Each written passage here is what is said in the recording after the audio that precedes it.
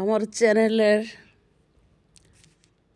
যে ভাইয়েরা বোনেরা আমাকে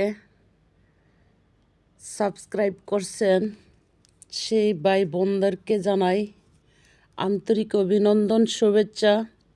ঈদ মোবারক, ঈদ মোবারক, ঈদ মোবারক। তো আমি মনে করি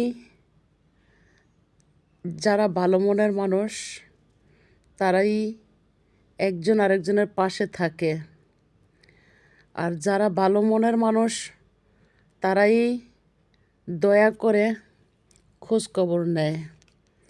একজন অসহায় মানুষের খবর যারা রাখে তারাই দোয়ার ভাগিদার হয়, সমস্ত দোয়া তারাই পায়, আর তাদের জন্যই সব সময় মন থাকে।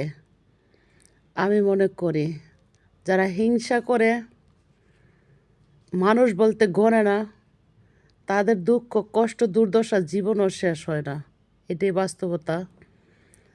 আর আমি মনে করি মানুষের কল্যাণে কাজ করি বলেই, গরিব দুঃখী অসহায়কে ভালোবাসি বলেই আল্লাহ আমাকে ভালো রাখেন।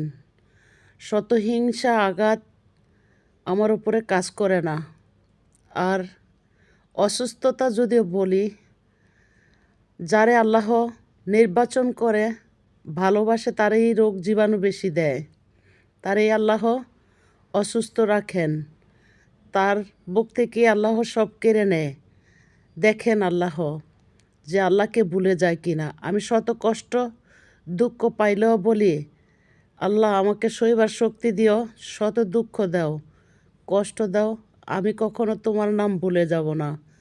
মানুষ কষ্টে অভাবে যায়, আকাম কুকামে আমি কখনো যাইনি।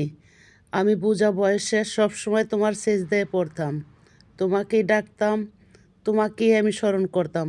হয়তো আমার ভাগ্য প্রতিদান তুমি এমনই মানুষের হাতে দিয়েছ, যাদের হাতে দিয়েছ তারাই আমাকে হিংসা করছে, তারাই বেশি হিংসা করছে, তারাই আমাকে বেশি অবহেলা করছে।